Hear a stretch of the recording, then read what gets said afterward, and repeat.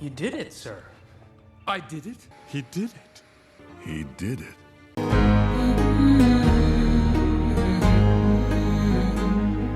Greetings, fellow mortals. Just a reminder, saying it's just my opinion is for cowards. I have been excited for Iron Lung ever since Markiplier first started talking about the film. No shocker there, I'm a huge fan of his. I like watching everything that he puts out. It's why I recommend The Edge of Sleep whenever I possibly can. Is it a perfect 10 out of 10? No, not at all. I had plenty of criticisms about the acting from everyone other than Markiplier. They got better in the second half of the show, but it took each of them a solid minute and a half to get comfortable in their roles, which is probably a combination of the acting and directing in this case. Oh, I forgot how bad it looks. I've seen worse. There's also some minor pacing issues in the middle of The Edge of Sleep, making it drag just a tiny bit, so even if I do love Markiplier as both a content creator and as a person, I will look at something he makes and make sure that I'm fair, not objective. Anyone that tells you that they're completely objective is a big fat liar. I am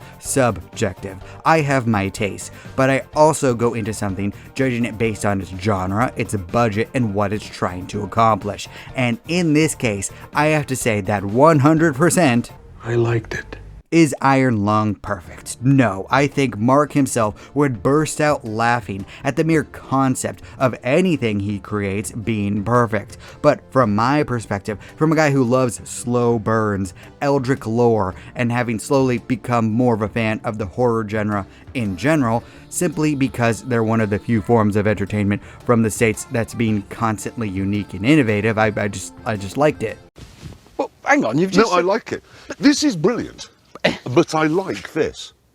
In these three categories, along with being a video game adaptation in and of itself, I have to say that I thought Iron Lung was phenomenal. Now, don't get me wrong, this is a movie that definitely isn't for everyone. That was made abundantly clear by the fact that when I was leaving the theater, I had to wake up a man who had fallen asleep during the film, which I don't understand how that's even possible considering how loud this movie was. Because this is, without a doubt, a slow burn movie that is 2 hours long, and I often crave the snugness and the tightness of the 1.5 hour movie. My aging bladder can't handle long films in the theater anymore. I really hate movie theaters, by the way. Some lady kept yelling in a tone which made it seem like she was trying to whisper. I had to pee through half of it, and I didn't have a glass of whiskey in my hand and a bunch of cats on my lap when I'm watching it. I like watching stuff at home. Yep. Yep. Do you know how hard it is to get me out of this house to see anything at the beginning of February / at the end of January when my wife is at her most lovey-dovey because it's close to our anniversary? Well, that's how much I love Markiplier, damn it. I wanted to support him and I really liked Iron Lung. But the thing is that I can see someone hating the exact same aspects that I love about it, and I can't really argue with them about it. I can explain. If you don't know, Iron Lung is a story about a criminal who is sent down in a submarine to the bottom of a blood ocean in order to search for information for the crew above waiting for him. This is his punishment because the blood is so thick, dense, and heavy, the submarine is completely welded shut in every conceivable way. Nothing gets in or out. So if he wants to get out of that submarine, he has to do exactly what the people above say and get what they want. Let me in. Let me in. Well, the game gives little to basically no context of who the player character actually is. The movie version focuses on Simon. We are given just enough information at the start to provide context to what is happening about a post-apocalyptic event resulting in most of humanity vanishing, and that as a criminal who is considered the worst of the worst, Simon is put into this suicide mission in a desperate attempt to find answers and solutions for a group of humans out in space who are basically doomed to die if nothing isn't changed. So that's it? What, we some kind of suicide squad? Besides Simon, there's few really defined characters at all. There's the Captain Ava, who is a complete asshole, who obviously doesn't care about Simon's well-being in the slightest and isn't smart enough to at least give him the basics of what he needs to know. There's the eldritch monsters, maybe more than one, I don't know, and Troy Baker's voice for about 2 seconds. And yes, it was very distracting because I can't unhear Troy Baker's voice anymore. And they are all drastically secondary characters, meaning that your only real anchor in terms of personality is Markiplier as Simon. Where the f is everyone? This, like every other aspect of the film, is a double-edged sword. If you become invested into Simon, then you're invested in the story. Everything relies on Markiplier, just like everything relied on Rhea Seehorn in Pluribus. And to be fair, he's not as good of an actor as Rhea, but he is an above-average actor that did give an excellent performance to get me to forget that he was Markiplier for 2 hours. So that's a positive. Wait a minute. Who are you? But if you don't like Markiplier's acting, then there's a good chance you probably won't like this, unless you're obsessed with the ideas, concepts, and lore of eldritch gods. The setting of a submarine at the bottom of an ocean of blood is interesting and unique. The lore is intriguing and vague enough that you can make up your own conclusions for basically everything if you want to. I don't know. But on the other hand, once again, as a double-edged sword, everything is set in one cramped location. Not a whole lot is shown. They do the absolute most with the submarine. This isn't Amazon's War of the Worlds, where it was lazily shot from one computer camera. But if you need to constantly see diverse settings in action, there is no way you're going to like this because you are in that submarine and only the submarine basically the whole time. Nope, never again. Finally, we're going to talk about the plot. There is no real plot. What I mean by this is that this is a story about a guy being sent out to collect MacGuffins, which are objects that the characters in a story care about, but honestly, the audience doesn't care about at all. Meaning, if that's the goal, then it's really hard to draw in the audience and make them care. Fortunately, there is something that you can care about, and that is Simon surviving against all the odds. The story is that this guy desperately wants to survive and will do everything and anything to get back up to the surface, meaning it is 100% character driven, because I promise you, you won't care about anyone else at all.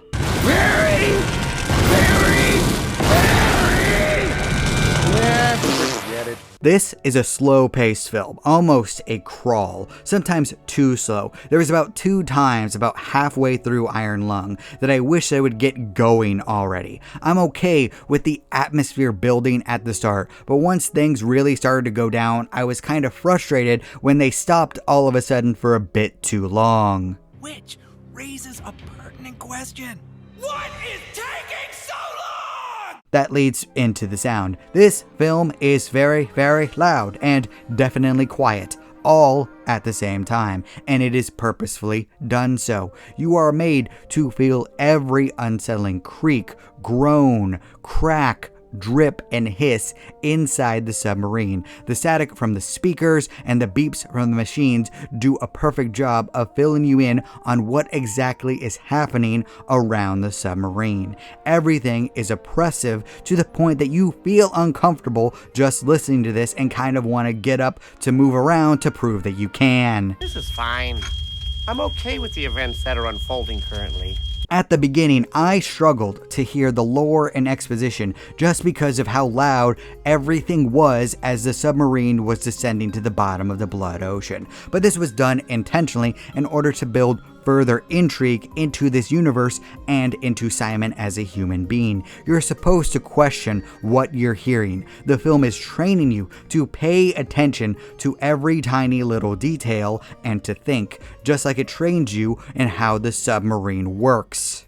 My fellow Americans, I think we all know where this is going, so let's just skip to the end. Going into the movie, knowing exactly how the submarine functions in Iron Lung, I was wondering if the film would be able to adapt the machine well. It's purposefully obtuse and weird in the game, mostly to create a unique gameplay perspective and experience, but the exposition explains why. Simon steadily figures things out, and it's made abundantly obvious that this thing was not made for someone who was meant to come back alive. The sub was designed to retrieve the data intact, and that's about it.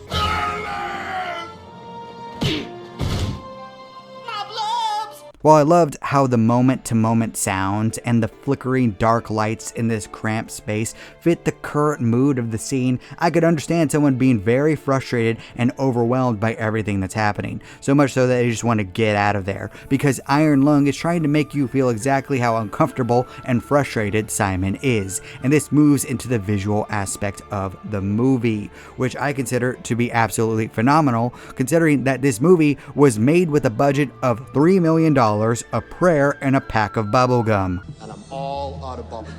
98% of the movie is set in the submarine, as I've mentioned before. Luckily, the machine does look amazing, as oppressive as you can imagine. Various camera angles allow you to see every single inch of the sub. Perhaps a little too much at times. I think a few more lingering shots without any cuts to help fit the mood and show exactly what Simon is feeling would have helped. Just a bit too much flipping around at times, but that's a nitpick on my part.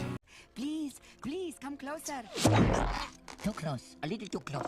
There. One thing that is absolutely perfect is the dripping water, the rolling sweat, and the leaking blood. That aspect looked amazing, and I loved as the submarine fell apart more and more, with every aspect, part, and section being put to use by the end, meaning that everything that you see was necessary for the story, making the extended scenes in the middle that seemed to drag on a bit necessary by the very end. Even some stuff that was seemingly thrown away as dark jokes proved to be important later, like stuff being provided to Simon that would not help him in the slightest through conventional means in this sub at the bottom of a blood ocean. And his mounting frustration did get a few laughs out of me. That actually is pretty funny.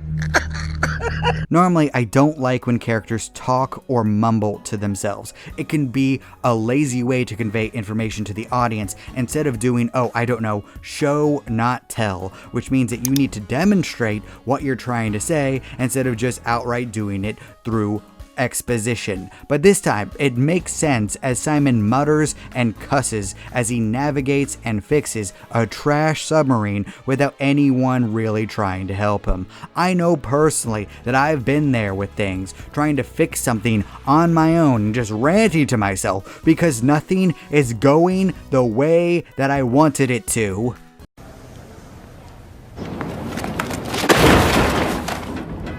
While Iron Lung doesn't have the best CGI that I've ever seen in my life ever at any point, I was impressed by what a $3 million budget achieved. Films with 10 times the amount of money often make about 3 times worse CGI from what I saw. Plus, there were a ton of practical effects with the blood. That was the visual part that was most impressive to me, because I know how badly things can turn when you're working with large amounts of liquid that you're trying to keep from spilling and staining everything. And the CGI shots didn't linger too long. Once again, the previous audience training of the rapid cuts might have been done to keep you from looking at one thing for too long, which is smart and once again kind of removes a criticism that I made at the beginning. Oh, Mick, don't look him directly in the mandibles.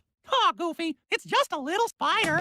And like I mentioned, the lighting sets the mood, with the submarine being so dark at times that Simon struggles to see anything.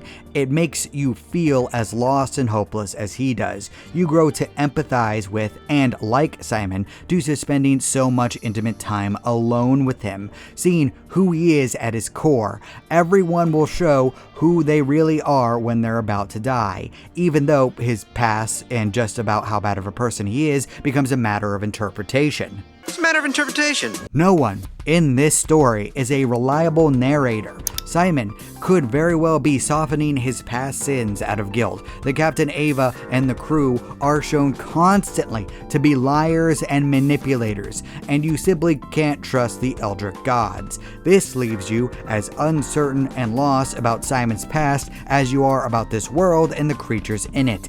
In that way, it was a perfect bit of psychological horror, like with Silent Hill 2. Perfect. Everything, down to the last minute details. You are trusted to follow along, pay attention, listen, learn, and come to your own conclusions. Iron Lung has a lot of faith in its audience. If you are not 100% paying attention to it, you're going to suffer, because everything is in fact laid out for you if you pay attention. The pieces are there, you just have to put the puzzle together and make up your mind about everything that's happening. And I like that aspect. I can understand arguments about the sound, the pacing, and even the visuals, but not the mystery aspect. I'll defend that to my grave. No, sir. Not get out of this chair. I like slow burns based on character studies, like with this or Pluribus or Oppenheimer. This is one of my tastes. I have a wide variety and I judge things based off of what it is trying to be. This film is a very slow and meticulous movie. It's borderline perfect for me, like I said, but not an overall perfect film. This is exactly what I wanted it to be, with strong themes of how criminals are treated once permanently branded, and whether or not the struggle to survive at all costs is even worth it in the end. The universe is harsh enough without all powerful eldritch gods hunting us down as toys.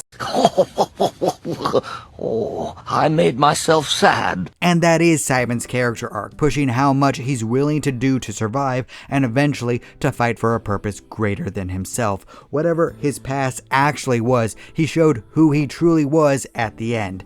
And I also like the detail about how he repeatedly apologized for something that should have been obvious when he didn't think about it for 2 seconds. It really fit into his past. That desperation makes him do stupid things, that he will fight and do anything and use all possible options in order to survive if he can. Today we are canceling the apocalypse! I even like the meta-narrative surrounding Iron Lung. The cards were stacked against Mark in every conceivable way possible, from strikes to fires to wavering funds to even health issues caused by the filming itself. It seemed like nature, Hollywood, and every other force available stood against Mark. But like Simon, he was defiant, standing against all the odds to create what is obviously the biggest passion project of his life. I think part of the reason that Mark put on such a stellar performance is because he actually was growing to be as frustrated as Simon with each passing scene. He starts out unnerved, cautious, and weary during the first descent, but also hopeful that he will get out of this, that there is a chance that things will work out. But as time goes on and more terrible things happen to him, you can see the descent of his mental state, outright freaking out and cussing out the world at times. I could see Mark going to be off alone and screaming like Simon did in the film. I don't want to live on this planet anymore. Yet through it all, both Mark the person and Simon the character pushed through against all the odds because there was a non-0% chance of success. Mark was determined to make Iron Lung a reality. Simon was going to push forward to survive, even if it cost him and everyone else around him everything. And while things might not have been perfect for either the person or the character at the end, they did manage to overcome what seemed like the impossible and actually make a mark on their world.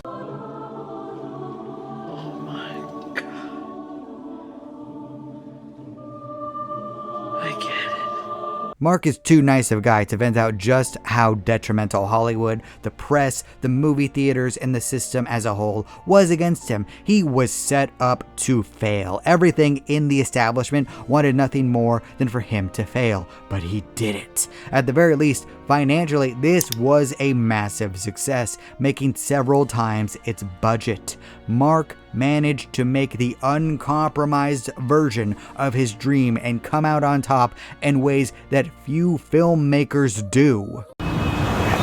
What happened? I won. One of the thoughts and feelings I had the most was just how impressed I was when Mark was swimming through blood as the submarine finally gave way, which really is not a spoiler because you know that's going to happen. The consistency of the blood smears, the wounds, the broken equipment, everything oozing, the little details add up to make an amazing experience. Excellent. Here, have a look. Good. Despite how big of a YouTuber Mark is, he was an ant in a hurricane with this movie project. He made a perfect video game adaptation. If you ever played Iron Lung and imagined it as a movie, this is it. Every detail was what I thought it would and should be. I lament about how bad video game adaptations can be, but this was as respectful of an adaptation as it could be. This was a letter of love to the game, to adaptations, and to the horror genre as a whole. And this is coming from a guy who only recently became a fan of that genre. Some of the critical response is outright shocking to me. I can see not liking the film, but the consensus was that it was too slow, or that they didn't like that it was only ever in the submarine, or that oddly enough there were no greater themes. This is very weird to me. Did you pay attention? This film was advertised as a slow-paced psychological horror concentrated around a deep character study about someone trapped alone while facing eldritch gods, and it delivered exactly what it promised. What? Bro, what are you talking about, man? This movie definitely is not for everyone, but come on, this is a good film with a ton of passion behind it, and a lot of hate comes off more as people being mad that a YouTuber actually made such a great film, or that they're jealous of Mark's success. Now, he's not going to say this. He's a good person who probably wants to make more movies, but I don't care about making movies at all, and I'm not a good person, so I'll say it. All of you are petty losers who can go suck a big bag of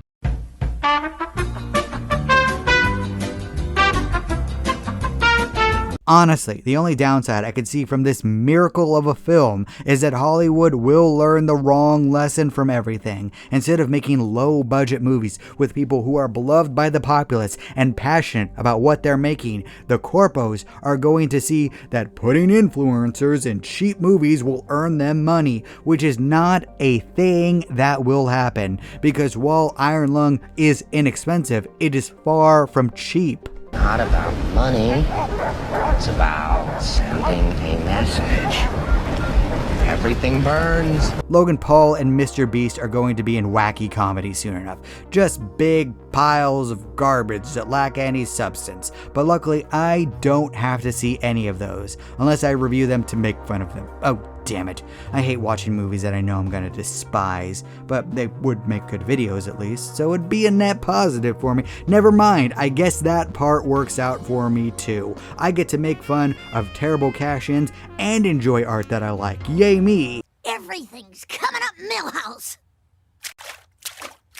In a few years' time, I think that Iron Lung will be looked back upon as a classic, something that inspires and terrifies people for years to come. Luckily, it made a lot more money than my favorites did when they came out in theaters, The Shining and The Thing, which, yes, it might be recency bias, but come on, right now I feel very similarly about all three of these movies. I like Iron Lung a lot. I'm smart, you're dumb. I'm big, you're little. I'm right, you're wrong. Is Iron Lung perfect for everyone? No. Can I see people not liking it? Definitely. This is not a film made with everyone in mind. It is not made for a broad, modern audience, but it is borderline perfect for me. So close to perfection that I can overlook its shortcomings, because the experience was that good for me, both in terms of the film and the meta-narrative with Mark himself. I love Iron Lung, and I would like Mark to please make more movies. Still alive! Oh, so delicious. But what do you think? Did you like Iron Lung? Did you hate it? Are you going to see it? What do you think about a YouTuber making a successful film? Please leave a comment down below. I'd love to hear your thoughts. And remember, if you disagree with everything I have to say, that is perfectly fine. After all, everyone is entitled to their objectively wrong opinion. Please, sir. I want some more. Thank you all so much for watching. You're still here? Good night, everybody. Thank you. You bye. Boom. Do not despair.